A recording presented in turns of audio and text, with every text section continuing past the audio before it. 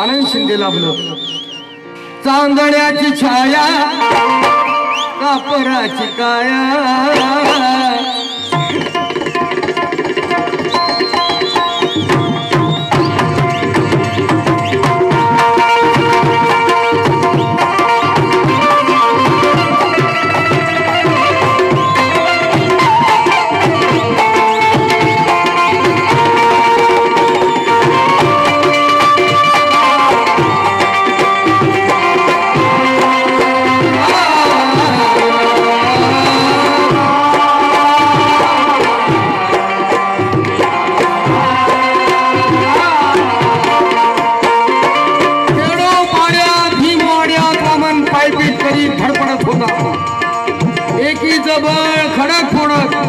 असंच काहीतरी बडबडत होता.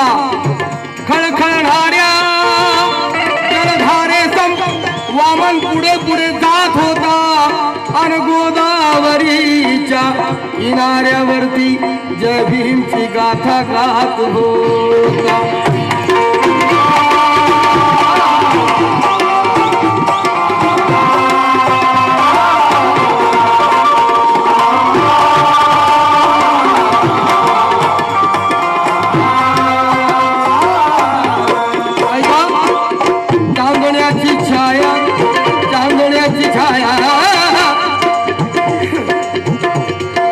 माझे बंधू मनोज भाई संसारे माझे नेते आणि बंधूंनो, हा एक शेवटचा पर्यायी नेता म्हणून मी त्यांच्याकडे पाहतो. हा एक शेवटचा लास्ट या समाजाचा पर्याय आहे. तुम्ही विचार करा, शोधून पहा, कुठंच दिसणार नाही.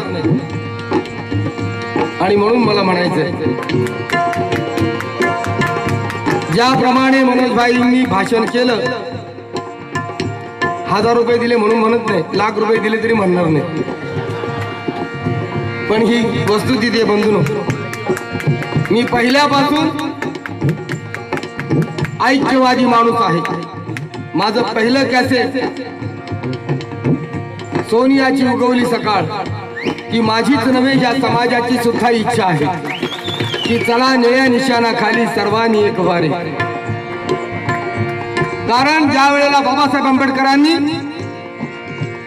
बुद्ध धर्माची दीक्षा दिली 7 कोटी जनतेला, एका वेळेला 7 कोटी जनतेला, पण आता आपल्या माणसाला 700 मतं पडत नाही.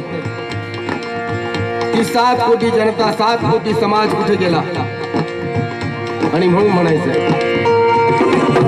चांदण्याची छाया, चांदण्याची छाया, चांदण्याची छाया, चांदण्याची छाया, चांदण्याची छाया, चांदण्याची छाया, कापराची काया, काया, कापराची काया, चांदण्याची छाया, कापराची काया, माऊलीची माया होता माझा भीमराया, माया होता माझा भीमराया, माया होता माझा भीमराया, माऊलीची माया होता भीमराया.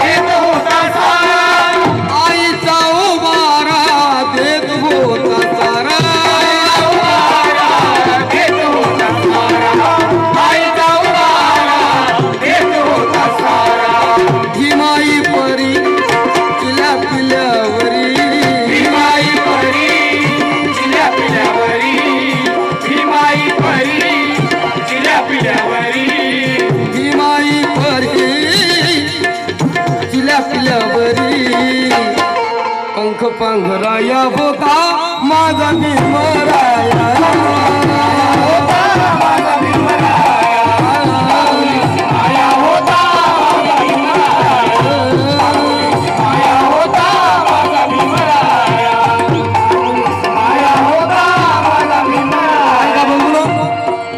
पहिल्यापासून शेवटपर्यंत शांततेचे सहकार्य दिलं त्याबद्दल आपल्या सर्वांचा आभार मानू. या ठिकाणी सर्व नेते उपस्थित राहिले. माझे बंधू रमेश कांबळे साहेब, मनोजभाई संसारे साहेब आणि आपणही आतापर्यंत 6 वाजल्यापासून जसेच्या तसे बसून आहात. या कार्यक्रमाचा प्रचार नसतानाही हा कटआउट एवढा मोठा लागला पाहिजे होता. तुम्ही खास करून लक्ष द्यायला पाहिजे होतं. ठीक आहे, पण तरी सुद्धा आपलं सर्वांचा आभार मानून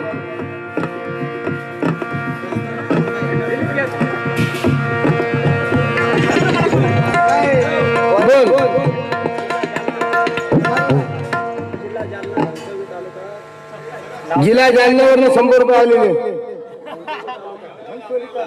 घनसोली तालुक्यातनं मुक्कामोरी बाचगाव इथं काय काम करतो भेटन ते कडिया बिड्याचं काही 100 रुपये दिले त्यासाठी दिले बाकी येते. पण बाबासाहेबांच्या नावावरती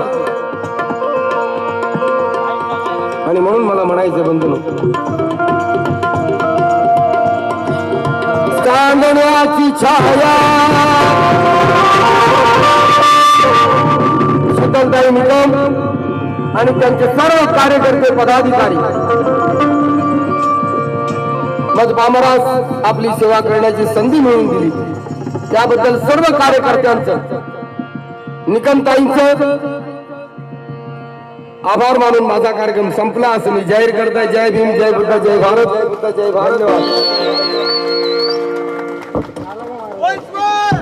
आता जेवण मिळायचं नाही.